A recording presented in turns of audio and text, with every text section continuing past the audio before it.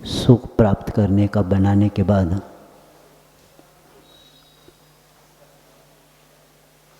सुख के साधन बताया जा रहा है, क्योंकि संसार दुखमय ही होता है, पापमय में ही होता है। संसार पापमय होने के कारण, कर्म का बंध होने के कारण उस कर्म का फल दुख ही होता है। और इसलिए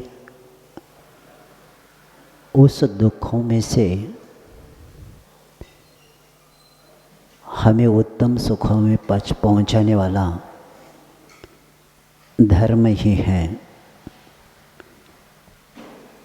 और उस धर्म को प्राप्त करने के लिए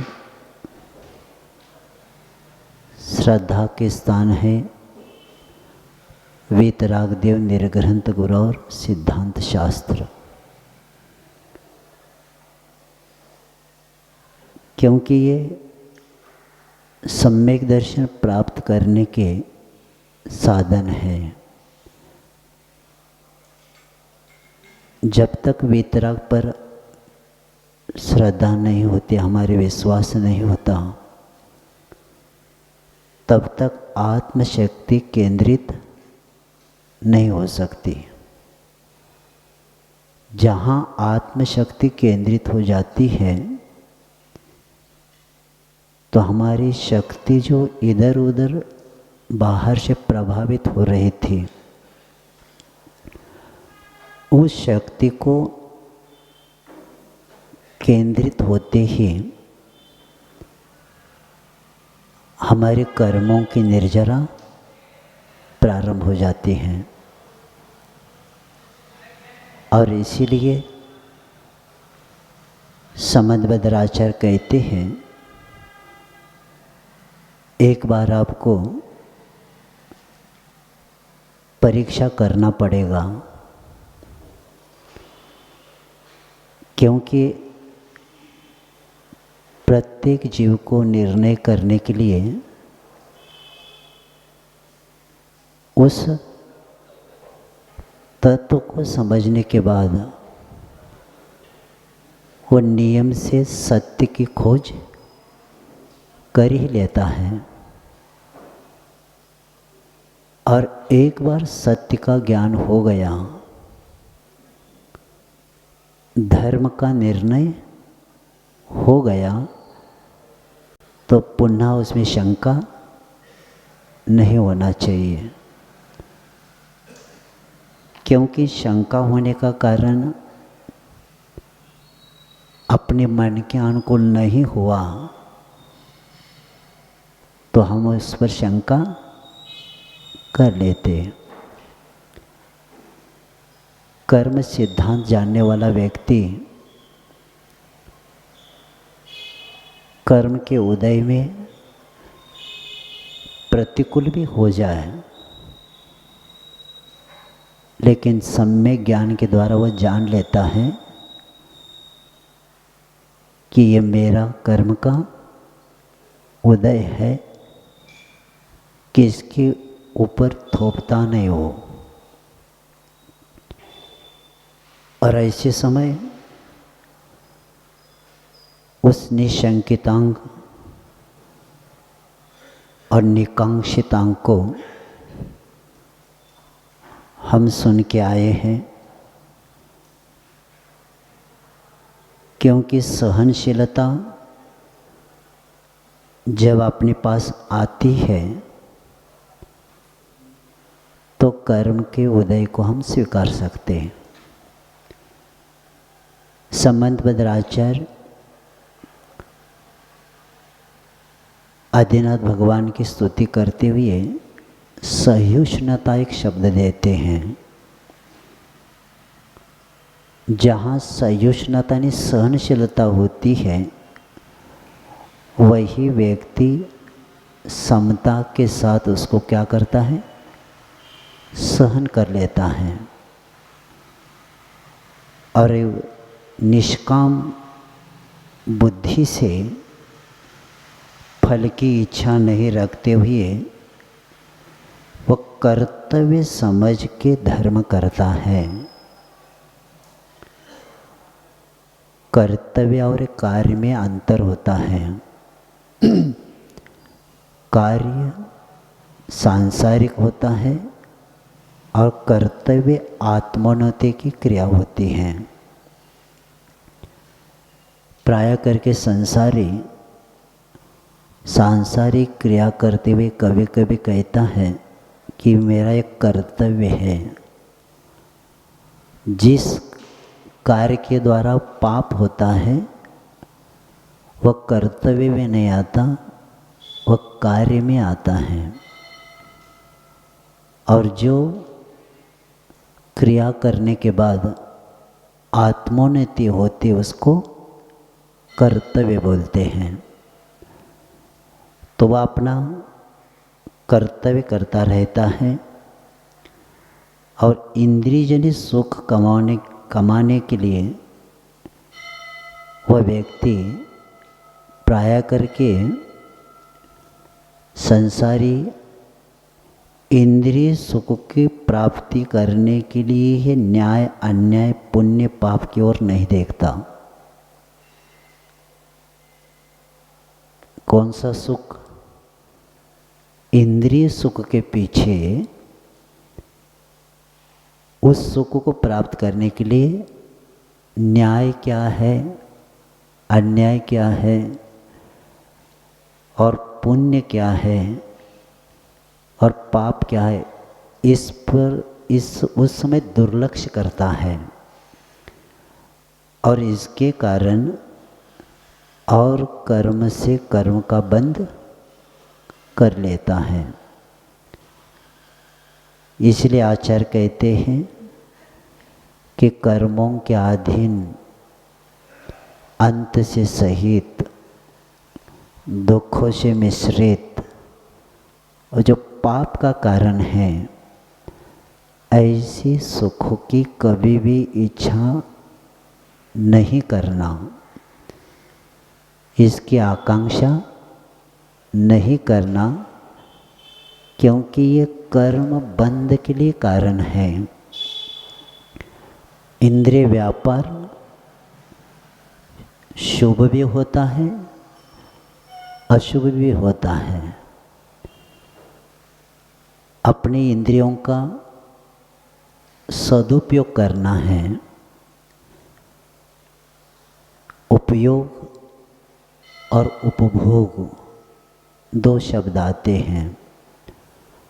हमारे पांच इंद्रिय और इंद्रियों के विषय का उपयोग करना, इस विषयों का उपभोग नहीं करना। उपयोग करने से सदुपयोग में आता है और उपभोग करने से दुरुपयोग में आता है। उपयोग में कर्म का शुभोपयोग में आता है और उपभोग में क्या होता है, कर्म का दुरुपयोग होता है और उसके द्वारा कर्म का बंद होता है। तो ये बता के निशंकित और निकांक्षित अंग को पालन करने वाला व्यक्ति धर्म का जो साधन है, धर्म की जो साधना है, उसका लक्ष्य आत्मशुद्धि और आत्म विकास ही रखना चाहिए। धर्म करते समय धर्म के नाम पर जो क्रिया करते हैं तो उसके द्वारा हमारा क्या होना चाहिए, आत्मा की शुद्धि का लक्ष्य और आत्म गुणों का विकास ही रखना चाहिए। और ये दृष्टि आ जाए तो समझ लेना कि अपने उस सम्यक दर्शन का पालन हमसे अच्छा हो रहा है। तो निशंकित, निकांक्षित, और कल हम लोगों ने निर्विचिकित्सा अंग के बारे में सुन के आए हैं। स्वभाव से शरीर अपवित्र ही होता है, लेकिन रत्नत्रय के द्वारा वह शरीर इसलिए पवित्र होता है क्योंकि धर्म पवित्र होने के कारण धर्म को धारण करने वाला व्यक्ति भी धर्मात्मा बन जाता है, और उस धर्मात्मा का जो रत्नत्रय उन्होंने प्राप्त किया इसलिए पवित्र है क्योंकि रत्नत्रय के आधारभूत मोक्ष का साधक ये मनुष्य का ही शरीर है। और ऐसे शरीर का सदुपयोग करना है, शरीर का दुरुपयोग नहीं करना है। चंदन जब उसको घिसते हैं तो चंदन खुद सुगंधित और दूसरों को भी सुगंधित कर देता है, और उसी चंदन को जब जलाया जाता है तो वह क्या बनता है? कोयला बनता है। जो व्यक्ति अपने शरीर का उपयोग करता है वह व्यक्ति खुद सुगंधित होता है और अपने कारण कई लोगों के लिए जीवन को भी सुगंधित बनाता है। और जो व्यक्ति अपना जीवन पंचेंद्रियों में व्यतीत करता है वह अपने जीवन को जैसे चंदन को जलाने के बाद कोयला बनता है वही स्थिति उसकी हो जाती है।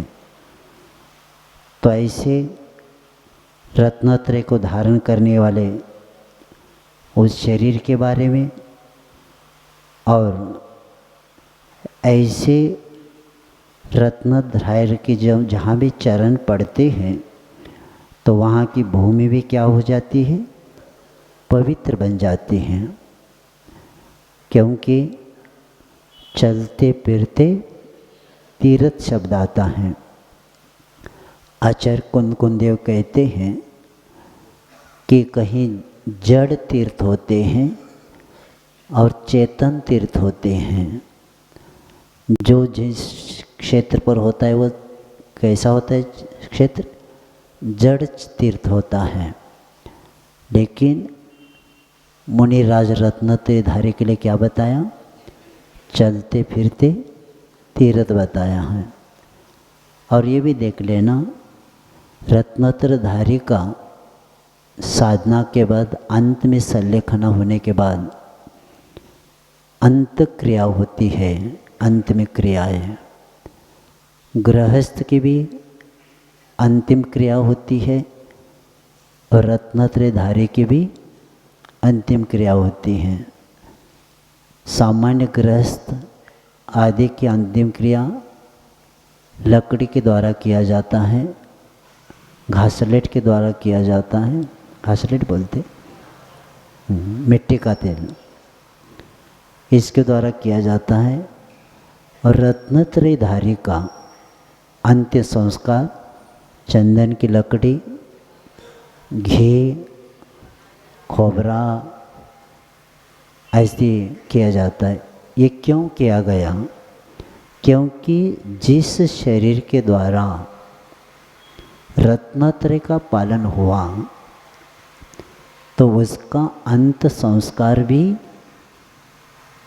उस भाव से श्रावक क्या करता है कि ये शरीर हमारे लिए इसलिए पवित्र था कि इसी शरीर के द्वारा जिन शासन में उस आत्मा ने क्या किया? आपने कल्याण के साथ कई लोगों का कल्याण करवाया, इसलिए अंतिम संस्कार भी ऐसा होता है। तो ये बताने के बाद अब आगे बताते कि निशंकित, निकांक्षित, निर्विचिकित्सा के बाद अमूढ़ दृष्टि के बारे में बताया जा रहा है, क्योंकि अमूढ़ दृष्टि के बारे में भी बहुत सावधानता रहना है, क्योंकि दृष्टि मूढ़ न हो, हमारी दृष्टि अमूढ़ दृष्टि हो, इसके बारे में बताते हैं। का पथे पथे दुखाणां का पतस्तेपसम्मते असंप्रोक्तिरनोत्कीर्ति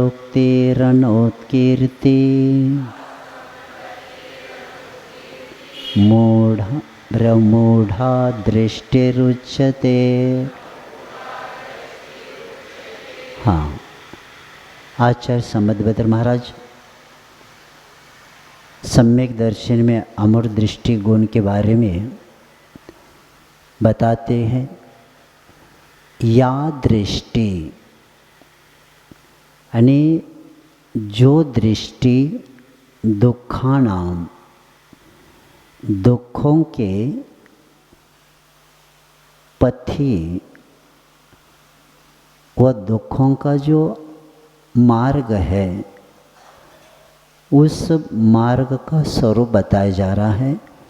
का पथे यानी कुत्सित पंथा का पथम। इस उत्पत्ति के अनुसार का पथ का अर्थ होता है कुमार्ग। कौन सा मार्ग? कुमार्ग। कुत्सित, कुत्सित यानी विपरीत के लिए उपयोग किया है का शब्द। पथ तो शब्द है ही है, लेकिन पथ के शब्द कौन सा है? पहला का पथ, और का यानी कुत्सित, कुत्सित यानी विपरीत, विपरीत जो मार्ग है, क्योंकि का पथ यानी मिथ्या मार्ग, दुर्गति का मार्ग, और ऐसे कुमार्ग पर कौन सा मार्ग है? वो मिथ्या दर्शन, मिथ्या ज्ञान और मिथ्या चारित्र रूप कुमार्ग में, और का पथस्थ अपि, और कुमार्ग में स्थित जीव में भी मार्ग, और उस मार्ग में स्थित जो जीव है उसको क्या करना? असम्मति, मानसिक सम्मति से रहित, असंप्रक्ति, शारीरिक संपर्क से रहित, और अनुत्कीर्ति और वाचनिक प्रशंसा से रहित है, वह अमूढ़ दृष्टि यानी मूढ़ता रहित दृष्टि अर्थात अमूढ़ दृष्टि नाम का गुण कहा गया है। क्योंकि मिथ्या दर्शन, मिथ्या ज्ञान, मिथ्या चारित्र यह संसार का मार्ग है, यह मोह का मार्ग है। और सन्मार्ग कौन सा है? सम्यक दर्शन, सम्यक ज्ञान, सम्यक चारित्र। तो ये सन्मार्ग सुगति का है, और ये मिथ्या मार्ग कुमार्ग है, संसार का मार्ग है। ऐसे मार्ग में स्थित जो भी व्यक्ति है, ऐसे आधारभूत जो किसी भी जीव के विषय में मन से न सम्मति नहीं करना है, और ये कल्याण का मार्ग है ऐसे भी नहीं कहना, और शरीर के द्वारा या चुटकी बजा के अंगुलियां आदि चलाकर या मस्तक हिला के उसकी प्रशंसा नहीं करना और वचनों से स्तुति नहीं करना, यही अमूढ़ दृष्टि नाम का गुण है। क्योंकि पाप मार्ग में नहीं जाना, और ये भी बात है खुद जाना भी नहीं और दूसरों को मन वचन के द्वारा काय के द्वारा उसका क्या नहीं करना, व्यवहार भी नहीं करना। क्योंकि कई लोगों को आदत है खुद वोट नहीं देते लेकिन सपोर्ट देते हैं। क्या करते, पाप खुद नहीं करते लेकिन दूसरों को क्या कहते, हाँ करो तुम। जैसे सर्प आ गया और वो कहता है, वो वहाँ लठिया ही देखो, क्या कह दे, वहाँ लठिया रखी है, इसका मतलब क्या, हाँ क्योंकि मेरा त्याग है। तो ये क्या हो गया, खुद तो पाप से बच रहा है और दूसरों को कर रहा है, क्योंकि मेरा मिथ्यात्व का त्याग है। और देखो वो क्या कह रहे, यानी इसका मतलब है वो जो बता रहे वो करो, मैं कर नहीं सकता। तो ये व्यवहार वही होना चाहिए जो निश्चय के लिए कारण होना चाहिए। व्यवहार हमारा गलत हो गया तो हमारा निश्चय भी चला गया। इसीलिए सावधानता रहना है और बड़ों का कर्तव्य होता है कि जो भी कार्य हम करते हैं सोच समझकर करना चाहिए, चलना चाहिए। क्योंकि जो बड़े लोग हैं उनके पीछे जनता है। सामने वाला गलती करेगा तो पीछे वाले भी गलती करते जाएं। जैसे सामने वाले बकरी होती है ना, वो नीचे देखते पीछे बकरी को कुछ नहीं दिखता, एक के पीछे रहते, सिर्फ चलना है। जब तक सामने वालों का पैर चलता है तब तक पीछे की बकरियां चलती रहती। सामने वाला गड्ढे में भी गिर जाए तो ये भी वो गिरने के बाद पता पड़ता है, पहला पड़ा, क्योंकि बीच में थोड़ी भी जगह रखते नहीं, वो इतने पास पास चलते हैं, नीचे तो उनको देखने का कोई विषय है ही नहीं, सिर्फ चलते चलो।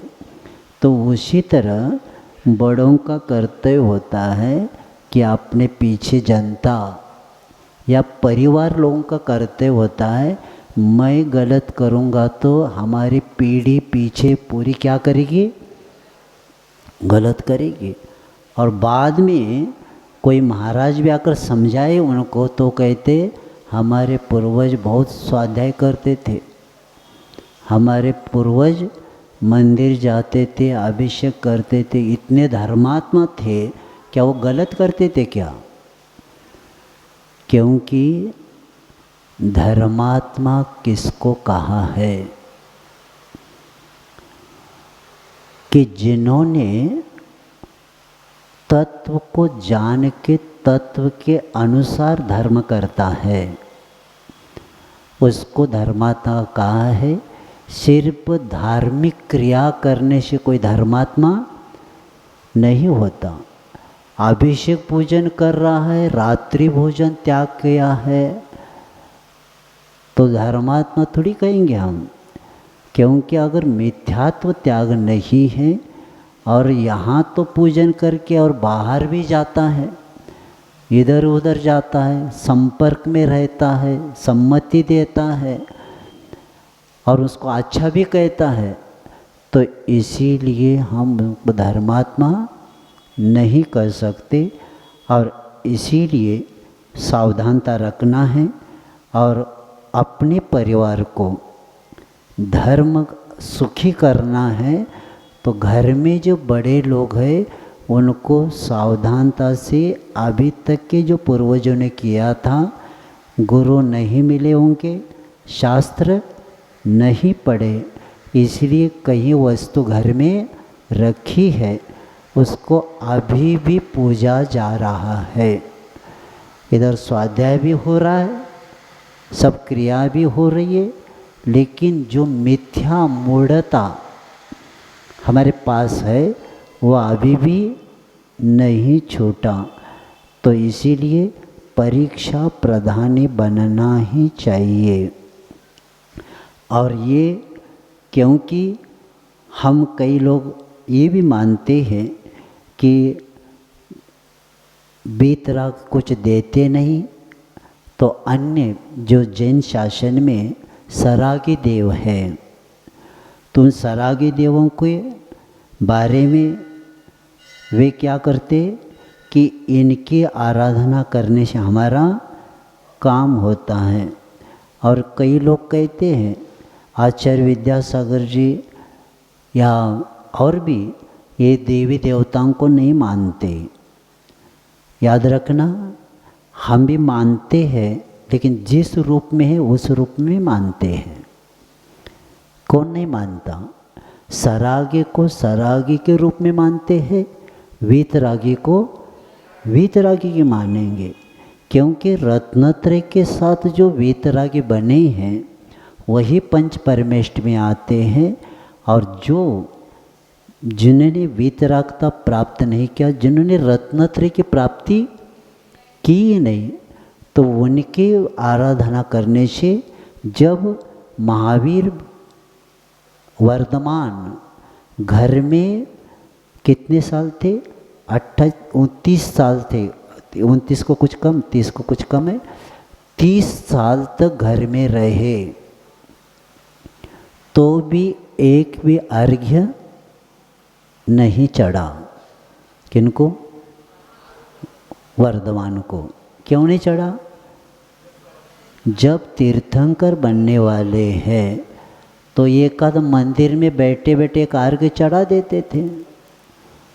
उनके लिए एक अभी तीर्थंकर बनने वाले नहीं, जब तक रत्नत्रय को प्राप्त नहीं करते तब तक रत्नत्रय के द्वारा ही पूज्यता आती है। और इसीलिए वे मानते, लेकिन सही हमें उसी रूप में मानते, क्योंकि तिलोय पन्नति आदि में इसके बारे में आया है। क्योंकि इनका रूप कौन सा है? क्योंकि भवनत्रिक में मिथ्यात्व के साथ ही जन्म होता है। भवनत्रिक में क्या होता है? मिथ्यात्व के साथ ही जन्म होता है। और जिनका मिथ्यात्व के साथ जन्म होता है उनको हम कैसे पूजे, उनकी आराधना कैसे करें? बाद में सम्यक दृष्टि प्राप्त कर भी सकते हैं और नहीं भी, वो हमारा विषय नहीं। लेकिन अब ये सम्यक दृष्टि भी बन जाए, लेकिन सम्यक दृष्टि देवी देवता भी बन जाए, तो उनका गुणस्थान चतुर्थ गुणस्थान ही रहेगा, पंचम गुणस्थान को प्राप्त नहीं करते। और आचार्य कुंद कुंद अष्टपावली में कहते, असंजदम न वंदे, असंयमी की वंदना न करे, उनकी पूजा न करे।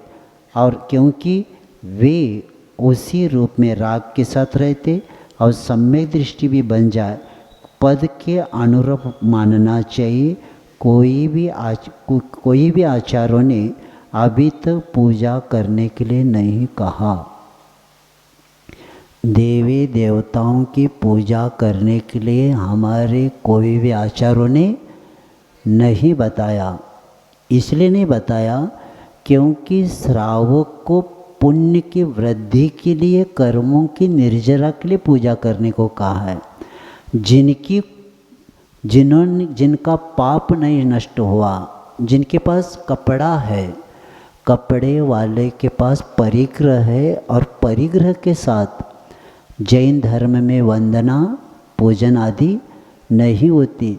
जब प्रतिमा में एक धागा रखने के बाद अपूज्य बनती है प्रतिमा, तो कपड़े वालों की पूज्यता कैसी बनेगी? क्योंकि पूजक निर्दोष बनना चाहता है, पूजक आत्मा को शुद्ध बनाना चाहता है, तो आराध्य भी क्या होना चाहिए कि शुद्ध आत्मा होना चाहिए, तब जाकर कार्य होता है। और इसीलिए पद के अनुसार हम कार्य करेंगे तो बहुत अच्छा रहेगा, क्योंकि उससे अच्छा है, क्योंकि इन भवनत्रिक से ज़्यादा जो अहम इंद्र है दादी है, तो उनकी पूजा होना और अच्छा रहेगा, क्योंकि उनके भाव ज़्यादा है ही नहीं। तो अहम इंद्र की पूजा करने जाओ कौन, लेकिन अहम इंद्र की भी पूजा नहीं होती। इसलिए नहीं होती क्योंकि उनके पास असंयम होता है, इसलिए पूजा के योग्य नहीं होते। अविरत, चौथे गुणस्थान का नाम क्या है? अविरत सम्यक दृष्टि। और पांचवें गुणस्थान का नाम संयमा संयम। कौन सा गुणस्थान? देश संयम को प्राप्त करने वाले, वे भी पूर्ण संयम उनके पास नहीं होता। और इसीलिए हम जैसे वहाँ आता है ना गोडांगारांत ओजसम, आगे आएगा, तो वहाँ भी भस्म से आच्छादित अंगार के समान माना है एक मातंग को, लेकिन उसकी की भी पूजा करना चाहिए, लेकिन हम उनकी पूजा नहीं करते। और मंदिर में जाते समय हम शब्द भी बोलते हैं। कौन सा शब्द बोलते? निश्चय निश्चय। अब निश्चय निश्चय किसको कहा आपने, किनको कहा?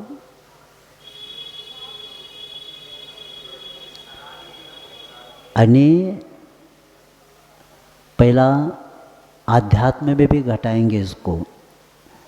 पहला ये याद रखना, निश्चय निश्चय हमारे राग द्वेष क्या हो जाए, दूर हो जाए। दूसरा हमारा संकल्प है कि जितना परिग्रह मेरे पास है, बाकी का ये सब छोड़ के सब परिग्रह निश्चय ही क्या हो जाए, हमने छोड़ दिया। और बाकी का तो है ही आपको पता, कोई देवी देवताएं पूजा कर रहे तो क्या हमने कह दिया उनको, हमें भी स्थान दीजिए, निश्चय निश्चय। तो ये भी आता है। तो जब हम निश्चय निश्चय हमने कहा, तो इसका अर्थ ये है कि हम उनको क्या करते, बाधा नहीं देते, लेकिन हम उनको साइड में करना चाहते हैं। इसी भाव से हम उनकी वंदना करने के लिए मंदिर में प्रवेश करते। तो श्रेष्ठ कौन हो गए? आप श्रेष्ठ हो गए क्या वो श्रेष्ठ हो गए? समझ लीजिए, बहू घर में प्रवेश कर रही है और ससुर बीच में बैठे हैं, क्या निश्चय निश्चय वो क्या करती है, साइड से जाती है। यानी जो अपने से बड़े होते हैं उनको साइड में नहीं किया जाता, साइड में से जाता है। उसी तरह मंदिर में जाने के बाद हम निश्चय निश्चय कह रहे, तो इसका मतलब क्या है, आप उनसे बड़े हैं, श्रेष्ठ है, और वो भी साधर्मी है। कौन है हमारे? तो साधर्मी की पूजा नहीं होती, वो भी भक्त है और आप लोग भी। तो भक्त भक्त की पूजा नहीं करता, भक्त भक्त से क्या बोलता है, जय जिनेन्द्र बोलता है, सब समझदार है।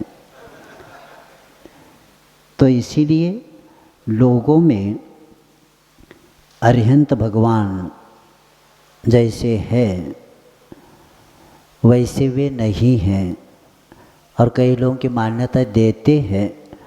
तो इधर कल्पवृक्ष भी देता है, क्या होता है, मांगने से कल्पवृक्ष देता है वृक्ष, तो उनकी भी पूजा होना चाहिए।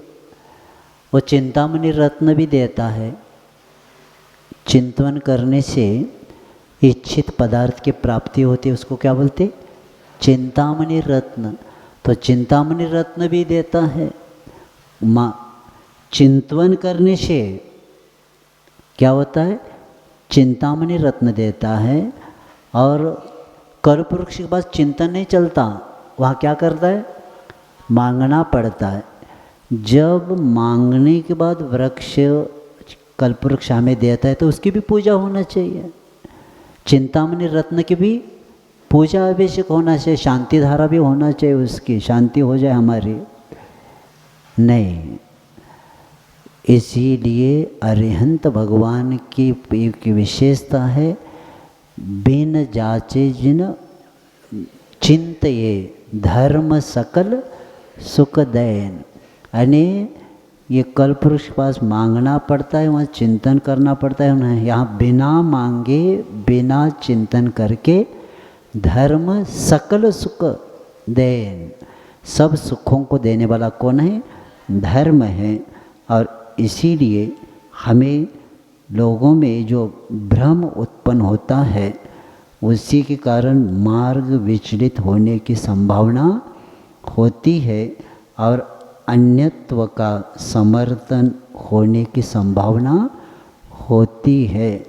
अगर मिथ्या मार्ग का कोई प्रचार करेगा और कई लोग उसे प्रभावी चमत्कार को नमस्कार करेंगे तो जितने लोगों को उन्होंने दिखाया उतने लोगों को मिथ्या मार्ग पर लगाया। ये क्या हो जाएगा, का पथे, ये मिथ्या मार्ग का समर्थन हो जाएगा। इसीलिए श्रद्धेय शब्द आता है, आदरणीय पूज्य आता है, पूज्य शब्द आता है, ये आदरवाचक होते। लेकिन श्रद्धेय किसको कहना, पूज्य किसको कहना, ये पात्र के अनुसार होता है। और इसीलिए स्वरूप का ज्ञान होने के बाद अब पुनः विवाद नहीं होना चाहिए। स्वरूप का एक बार ज्ञान हो गया, अब पुनः उसमें अपने को चर्चा करने की जरूरत ही नहीं। एक बार निर्णय हो गया तो क्योंकि कहीं कहीं आग्रह भी होने लगा। जब दर्शनम देव देवस्य शब्द आया, कौन है दर्शनम देव देवस्य, देवों के देव देवादिदेव, यानी देवों के द्वारा जो वंदनीय है ऐसे देव की आराधना दर्शन पूजन करने को कहा गया है। और इसीलिए जब वेदी प्रतिष्ठा होती है तो अरिहंत भगवान की ही होती है, अन्य अविरत की वेदी में प्रतिष्ठा नहीं होती। क्योंकि जो संसारी है वह शुद्ध आत्मा के साथ उनकी तुलना नहीं की जा सकती। क्योंकि संसारी तो पंच परावर्तन, दुखों के 5 स्थान हैं, दुखों के 5 स्थान है, संकट के 5 स्थान है। और द्रव्य, क्षेत्र, काल, भाव और भव, ये 5 दुख और संकट के स्थान है। और जो 5 स्थानों को जिन्होंने समाप्त किया ऐसे लोगों का ही, जिनका पंच परावर्तन समाप्त हो गया उन्हीं का पंच कल्याणक होता है। और पंच कल्याणक जिनका होता है वही देव क्या होते हैं, पूजनीय होते हैं। उसके अलावा जिसका एक भी कल्याणक नहीं हुआ, देवगति में कितने कल्याणक होते हैं, एक होता होगा ना, होता है जन्म। जब गर्भ ही कल्याणक हुआ तो जन्म कल्याणक कहाँ से होगा, जिनका गर्भ कल्याणक नहीं हुआ, यानी इसका मतलब है जिनका एक भी कल्याणक, पाठशाला का छोटा सा बच्चे को बताएंगे ना, बेटा पंच कल्याणक जिनका होता है ना वो प्रतिमा दिगंबर होती है, उसके अलावा पैर किसी को नहीं पड़ना। छोटा बच्चा तुरंत समझ लेता है, लेकिन बड़ों को समझाने के लिए पसीना चातुर्मास करना पड़ रहा है कई लोगों को, तो भी अभी भी शंका है, तो भी किंतु पर बट सब हो गया। क्या हो गया? अभी भी कितना समय निकल गया, अभी भी निर्णय नहीं हो रहा है, और यही दुख का कारण है। तो ऐसे उस 5 स्थान में जो लिपटा है, देवगति के देव क्या है? पंच परावर्तन में है। अभी उनका एक भी परिवर्तन यानी समाप्त नहीं हुआ। पंच परावर्तन में द्रव्य क्षेत्र काल 5 परिवर्तन में देवगति के देव भी संसारी ही माने जाते हैं। देव शब्द कहने से पूज्यता नहीं आती। देव शब्द जो होता है, सच्चे देव पहला शब्द आता है तब पूजनीयता आती है। देव कहने से पूजनीयता नहीं आती। तो पिक्चर के एक्टर का भी देव किसी का नाम है, देवानंद, तो उसकी भी पूजा करना पड़ेगा, क्योंकि मराठी का कलाकार है रमेश देव। हाँ, रमेश देव, तो पूजा करो देव। देव शब्द कहने से पूज्यता नहीं आती, गुणों के साथ पूज्यता आती है। तो इसीलिए हमारे जैन धर्म में देवगति है। तो देवगति का अर्थ क्या है? जो परमात्मा बने नहीं, जो संसार में ही भटक रहे हैं। ये अलग अलग 3 लोक है ना, उनकी व्यवस्था अलग है। तो इसीलिए देवगति एक 4 गति में देवगति होती है, और वह देवगति भी संसारी ही मानी जाती है, क्योंकि पंचम गति ही देवत्व को प्राप्त करने वाले होते हैं। और पंचम गति कब मिलती है?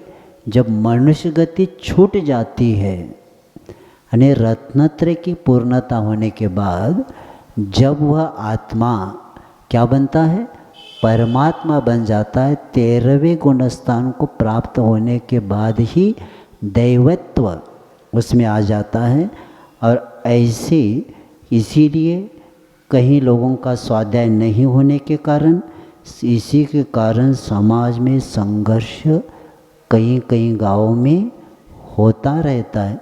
उसका एक ही कारण है, बहुत कम लोग ट्रस्टी होते हैं ना, समाज के जो प्रमुख कार्यकर्ता होते हैं ना, स्वाध्याय वाले बहुत कम रहते हैं, बहुत कम लोग मिलते हैं। हमने देखा है बिहार में कि जो समाज के जो मुख्य लोग होते हैं, स्वाध्याय वाले हो जाए तो जिन शासन की प्रभावना हो जाएगी। लेकिन ऐसे ऐसे लोग बड़े बड़े पदों पर बैठते हैं जिन्होंने अष्टमूलगुण का क्या नहीं किया, अभी तक पालते नहीं। कई ऐसे लोग हैं हर रोज़ भगवान के अभिषेक करते नहीं, स्वाध्याय तो उनका विषय है ही नहीं, जैन शब्द का अर्थ पता नहीं। और इसलिए तो समाज में संघर्ष हो रहा है। स्वाध्याय हो जाए, क्योंकि आचार्य महाराज जी, जब मैं दक्षिण में था तो मिथ्यात्व पर चर्चा होती थी, तो कई लोग आचार्य के पास पहुंच गए, आचार्य जी आपके शिष्य उधर आने के बाद समाज में बहुत संघर्ष होने लगा और पार्टियां बहुत होने लगी, तो हमें कुछ प्रश्न है लेके आए हम। तो आचार्य जी कहा पूछो क्या? तो आचार्य जी ने प्रश्न करने के पहले पूछा, पहला आप स्वाध्याय करते क्या? नहीं करते। पहले स्वाध्याय करके आ जाओ, बाद में प्रश्न करो। जो स्वाध्याय नहीं करता वो क्या प्रश्न करेगा? पंथ की बात करेगा। किसकी बात करेगा? पंथ की बात करेगा, और तत्व की बात है ही नहीं। हमारी परंपरा क्या बताएगा? हमारी आर्ष परंपरा, अब अर्श परंपरा का अर्थ भी पता नहीं। देवी देवता के साथ जोड़ना, पूजा के साथ जोड़ना, यही अर्श परंपरा मानते। लेकिन अर्श परंपरा का अर्थ होता है अर्श यानी ऋषि, ऋषि यानी श्रमण परंपरा की निर्दोष चर्या को अर्श परंपरा कहते हैं। श्रमणों की निर्दोष चर्या की परंपरा को अर्श परंपरा कहते। और ये अर्श किसके साथ जोड़ दिया? पूजन के साथ, पंथ के साथ जोड़ दिया और तत्व अलग। तो आचार्य महाराज ने उनके कहा थोड़ा स्वाध्याय करके आए तो अच्छा रहेगा ना, हमारा समय खराब क्यों करते आप। तो बाद में उनको समझ में आ गया। तो ये होता है, इसीलिए समाज के विकास के लिए स्वाध्याय वाले ही समाज का क्या कर सकते हैं? विकास करते। जो स्वाध्याय नहीं करता वो समाज का विकास 3 काल में नहीं कर सकती, क्योंकि वो पंथ को लेके चलेगा और जैन धर्म पंथ के साथ नहीं चलता, पथ के साथ चलता है। पथ अलग होता है, पंथ अलग होता है। ये पूजा को आदि के लेके ये पंथ शब्द बन गया, लेकिन पथ जो होता है वह आगम का पथ होता है। शास्त्र के अनुसार चलेंगे तो आगम पथ बनेगा, और शास्त्र के अनुसार नहीं चलेंगे तो जो हमने परंपरा शब्द जाना, जो ज़्यादा साल हुआ तो वो भी क्या बन जाता है? परंपरा बन जाता है। तो इसीलिए इसी बात को लेके हमें समझना है, क्योंकि जो समाज में मान्यता है कि कोई देवी देवता देते हैं तो उनको ये पहला हमें स्वाध्याय करवाना पड़ेगा कि जो कुछ भी होता है साता के उदय में मिलता है।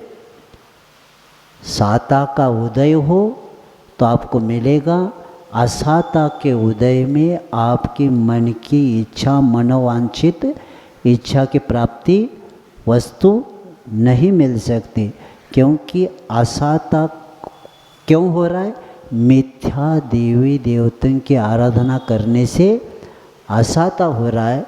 लेकिन उनकी करके जैन कुल में मिलने के बाद भी, साता के साधन मिलने के बाद भी असाता के पीछे रहने के कारण ये होता है। और जब वे भगवान की भक्ति करते हैं, कौन? देवी देवताएं किसकी भक्ति करते? भगवान की करते। तो हम भी डायरेक्ट हम भी भक्ति करेंगे ना उनकी। हमारे बीच में व्यक्ति बीच में कब डालना? जब हम डायरेक्ट जा सकते। हम क्या किया, महल में राजा के पास जा रहे थे, द्वारपाल वहाँ खड़े थे, बस द्वारपाल से चर्चा करते, वहीं काम करके वापस। हाँ, द्वारपाल ने कहा मैं सोच के बताता हूँ, मैं राजा को बता देता हूँ, आपका काम हो जाएगा। तुम्हारा होना है वो, लेकिन मेरा काम, द्वारपाल कहेगा मेरा तो काम हो गया, क्योंकि मेरी पूजा करके चला गया हो। तो हमें द्वारपाल के पास नहीं रहना है। इसलिए तो दरवाजे पर निश्चय हमने बोला हमें थोड़ी जगह दीजिए। तो हमें द्वारपाल से संबंध नहीं, यानी उस देवादिदेव, यानी जैसे राजा से संबंध व्यक्ति का रहता है, उसी तरह हमारा संबंध देवादिदेव अरिहंत भगवान के साथ है। इसलिए हमें डायरेक्ट, क्योंकि आपको यहाँ किसी की सिफारिश लेने की जरूरत नहीं। हमारे भगवान तो कहते दरवाज़ा 24 घंटा, जैसे मोक्ष का द्वार 24 घंटा खुला है, उसी तरह जिनेंद्र भगवान का दरवाज़ा हर भक्त के लिए खुला है। इसलिए वो डायरेक्ट जाए, बीच में कोई किसी को डायरेक्टर न बनाए और हम काम करें।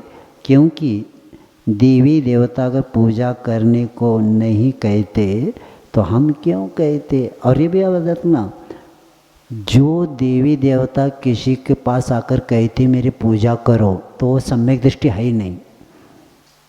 क्या कहा? कई लोग कहते हैं, वो देवी कहती कि इतने शुक्रवार करो, इतने ये करो वो करो, तो क्या हो गया?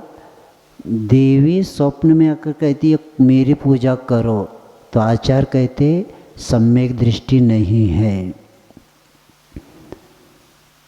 क्योंकि सम्यक दृष्टि देवी देवताएं वीत राग की आराधना करते और वो दूसरों को भी क्या बताते? इन्हीं की आराधना करो।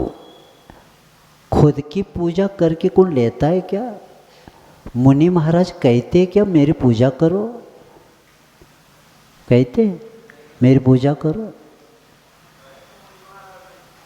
क्योंकि सामने वाला पूजा करता है, नवदा भक्ति वो करता है, क्योंकि नवदा भक्ति में व्यवस्था इसलिए वो करता है, लेकिन मुनि महाराज नहीं कहते। और जो अपनी पूजा करने रत्नत्रय वाला जब नहीं चाहता है, यानी इच्छा नहीं करता, तो अगर देवी देवता करेंगे तो उनके सम्यक दर्शन कैसे रहेगा? क्योंकि सम्यक दृष्टि यही भाव करता है कि हर सम्यक दृष्टि जल्दी मिथ्या दृष्टि भी क्या हो जाए? सम्यक दृष्टि बन जाए। और किनकी आराधना करे? जिसकी आराधना मैं करता हूँ ये इनकी कह रहे, क्योंकि इनकी पूजा करने से कर्मों की निर्जरा नहीं होती, देवादिदेव की पूजा करने से कर्मों की निर्जरा होती है। जब विधेय की बात होने के बाद अन्य का निषेध हो जाता है। विधेय एक हो गया तो बाकी का निषेध हो गया। जैसे दिन में भोजन करना चाहिए, ये क्या हो गया? विधेय हो गया। अब वहाँ लिखना पड़ेगा क्या? रात्रि में भोजन मत करना। विधेय क्या हो गया? दिन में भोजन करना चाहिए। इसका अर्थ क्या है? रात्रि नहीं करना। और कोई कहेगा कहाँ बताया रात्रि में नहीं भोजन करना? अरे भैया, जब विधेय हो गया किसका? दिन में भोजन करना, इसका अर्थ क्या है? रात्रि भोजन। तो जैन धर्म में एक बार विधेय हो गया, क्या हो गया? देवादि देव ही दर्शनी पूजनी वंदनी है। अब और पूछेंगे क्या? एक बार विधान होगा तो बाकी का निषेध हो गया। तो इसीलिए भक्त की नहीं भगवान की पूजा होना चाहिए, और जिस रूप में है वैसे ही मानना चाहिए। इसलिए देखो, जुगो हो नागो धरनो धराधरम, समंत भद्राचार्य पार्श्वनाथ भगवान जी की स्तुति करते स्वयंभू स्तोत्र में बताते हैं कि धर्मेंद्र ने फना फैलाया। तो फना फैलाने वाला देव हो, पूजनीय होता है कि वो भक्त है क्या भगवान है? वो कौन है? भक्त है। भक्त ने फैलाया, अपना कर्तव्य किया, क्योंकि उस जीव के ऊपर उपकार हुआ था, इसीलिए वो वहाँ आकर कार्य किया। लेकिन उस भक्त को भक्त के रूप में, और भक्त उस फना के नीचे कौन है? भगवान है। तो कई लोग क्या करने लगे? संकट दूर किया इसने, कौन? और उसके पीछे हम लग गए, हमारा भी संकट। अरे भैया, 7 दिन नहीं आए थे वो भी। अगर वो उनके संकट दूर करने वाले होते पार्श्वनाथ भगवान जी का, तो पहले दिन आना चाहिए था, जिस दिन बड़े बड़े पत्थर फेंका जा रहा था, उस वक्त नहीं आए। इतने 7 दिन तक जब सहन किया उस जीव ने, पार्श्वनाथ के जीव ने, तो कर्मों की नीचे गया। और उनका क्या हो गया? केवल ज्ञान होने को आ गया और उन्हें फैलाया। वो मराठी में कहावत है कि कावळा बसायला ठांपी गिरायला, आणि कौवा बैठ गया और वो क्या डाल डाल क्या बोलते, वृक्ष की क्या होता है डाल, आणि कौवा बैठ गया और डाल गिर गई। तो कहती देखो कौवे ने गिरा दिया। अरे वो गिरने वाला था और उस वक्त बैठ गया, और कहते देखो कौवा बैठते ही गिर गया। वैसे ये भी हो गया।